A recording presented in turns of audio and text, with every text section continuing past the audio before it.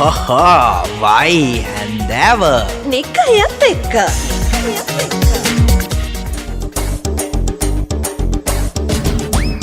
එක වෙලාවකට මේ ඇමරිකාවේ ඉන්න ගෑනු ළමයි කරන වැඩ දැක්කහම මට තද වෙනවා දිල්. හරි හරි වැඩිය ගණන් ගන්න එපා නික්කයේ. ඇයි කෙල කෝලකක් දුන්නත්ද?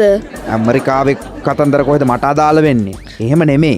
ඇමරිකාවේ පොලිසියෙන් ඔය ඇමරිකාවේ බීලා ඩ්‍රයිව් කරන ගෑනු ළමයින් ගැන ගොඩක් නිවුස් රිලීස් කරනවා.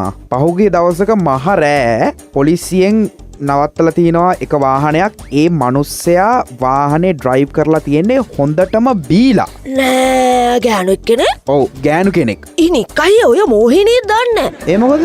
නෑ රක්ෂිතායටත් මේ ළඟදී මෝහිනී වහම් වෙලා තිබ්බා. නෑ ඇමරිකාවේ කොහෙද මෝහිනී? ග්‍රීන් කාඩ් හම් වෙලා ගියානේ කෙල්ල. පිස්සු මෝහිනී නෙමෙයි.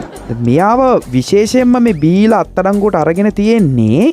මෙයා හොඳටම බීලා කාර් එක ඩ්‍රයිව් කරන ගමන් ළමයා වඩාගෙන ඉන්නවා. හරි හරි මෝහිනී. මෝහිනී නෙමෙයි බම්මේ. එල සාමාන්‍ය ගෑනු කෙනෙක්. මේ මනුස්සයා එක අතකින් ස්ටියරින් වීල් එකෙන් වාහනේ ඩ්‍රයිව් කරනවා.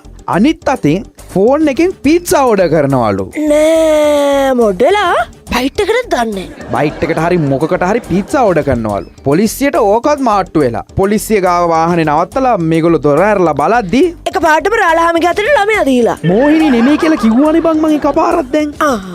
දොර ඇරලා ඉතින් බැලුම් පුම්බන්න දීලා ඉතින් අපරීක්ෂාකාරීව රියපැදවීම බීමත් රියපැදවීම ඔය වගේ නඩු ගොඩක් දාලා තමයි පොලිසිය පස්ස බලලා තියෙන්නේ. අනේ ඒ අවස්ථාවේදී තමයි මෝහිනී කියලා අඳුරගෙන තියෙන්නේ. මේ මෝහිනී මේ මවුලක ගිහිල්ලා නැහැ. මේ ඇමරිකාවේ කෙන්ටකි ප්‍රාන්තේ වෙලා තියෙන්නේ. නිකයි පීසා කිව්වා මතක් උනේ. මම පෙරේද කඩයක් ඕපන් කරානේ අපේ ගමේ. නෑ. ඕ පීසා කඩයක්. එන්න නිකන් දෙන්න. මොනවද තියෙන පීට්සා ಜಾති? එක එක ජාතිය පීසා අපි හැදුවා. හැබැයි වැඩේ බිස්නස් නෑ. අපේ ගමේ එක පීස් එකයිනේ නැගලා යන්නේ. මොකද්ද චිකන් පීට්සාද චීස් ටොපින් එක දාපු එක වෙන්නේ නැති? නෑ. ලුරු මිරිස් ටොපින් එක දාපු නිකන් රොටිය යන්නේ. උඹලා කඩ කෑලි දෙක තුනක් උඩින් ඉහන්න ඕනේ. නැගලා යනවා ඒක. අපෝ ගොඩේ පීට්සා කඩයක් නේද?